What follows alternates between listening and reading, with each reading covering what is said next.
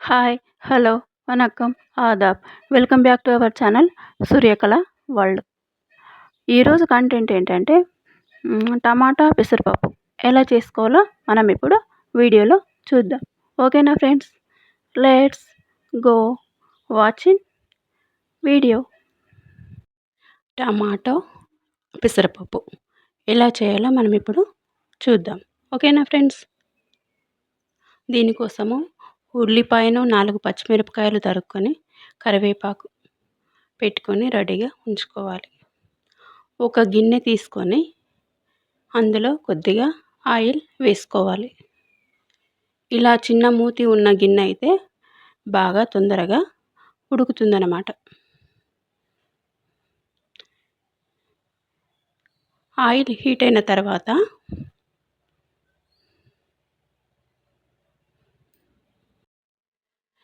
కొద్దిగా జీలకర్ర, ఆవాలు 2 వేసుకోవాలి.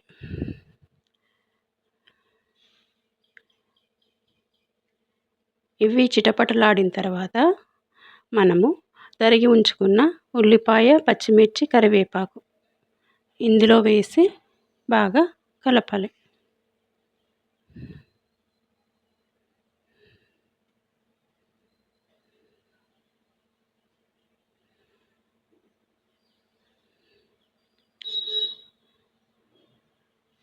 ఇలా ఉల్లిపాయ మగ్గిన తర్వాత మనం దంచి ఉంచుకున్న వెల్లుల్లి రెబ్బలను ఇందులో యాడ్ చేసుకోవాలి.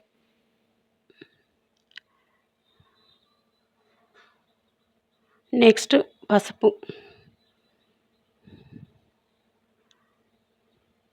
మనము పెసరపప్పును ఒక 15 నిమిషాల ముందు కడిగి నీళ్ళల్లో నానబెట్టుకోవాలి. ఆ నీళ్ళు వంచేసి ఆ పప్పుని ఇందులో వేసి బాగా కలపాలి. పప్పులో ఉన్న నీరు ఎగిరిపోయేంత వరకు హై మంటలో ఉంచుకొని కలుపుకోవాలి.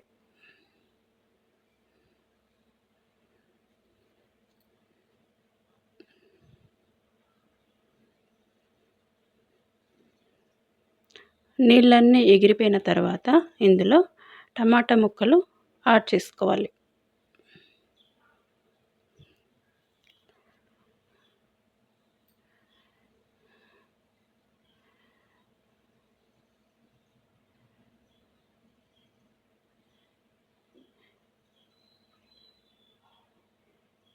ఇలా బాగా కలియబెట్టి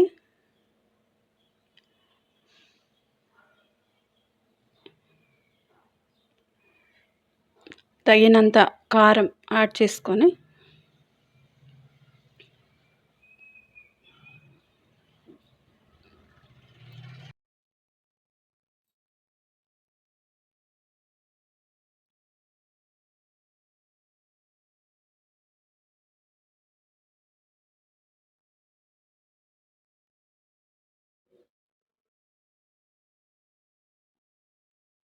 ఇలా బాగా కలియబెట్టి నీరు అంతా ఇంకిపోయిన తర్వాత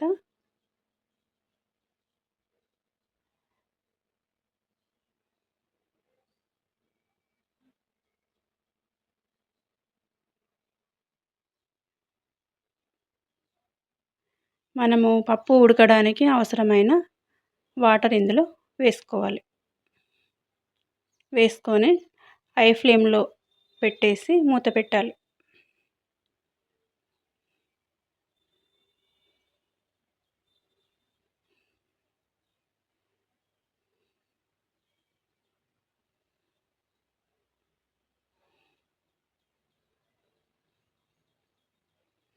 ఇలా అన్నమాట. ఒక పొంగు వచ్చేంత వరకు హై ఫ్లేమ్లో ఉంచుకోవాలి. నెక్స్ట్ తర్వాత మధ్య మధ్యలో తీస్తూ ఇలా కలియబెడుతూ ఉండాలన్నమాట పప్పు ఉడికేంత వరకు.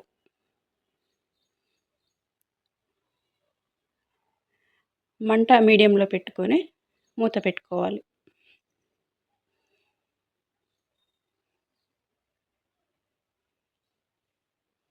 చూడండి ఫ్రెండ్స్, ఇప్పుడు పప్పు ఉడికిపోయిందనమాట. పప్పు ఉడికిన తర్వాత ఇప్పుడు సాల్ట్ యాడ్ చేసుకొని ధనియా పౌడర్, జీరా పౌడర్,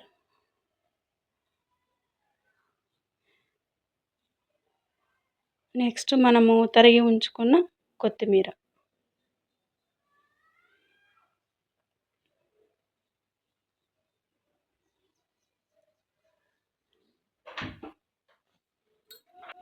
ఇలా అన్నీ వేసుకొని కలియబెట్టాలి.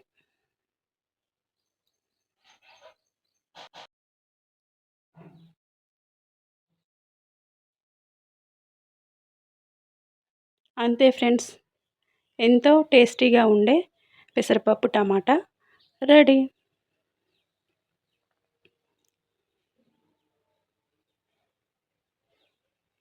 కర్రీ అయిన తర్వాత మనము ఈ టమాటా పప్పును ఈ గిన్నెలో అస్సలు ఉంచకూడదనమాట, టేస్ట్ మారిపోతుంది. అందుకని స్టీల్ గిన్నెలోకి మార్చుకోవాలి. అంతే ఫ్రెండ్స్, టమాటా పప్పు రెడీ.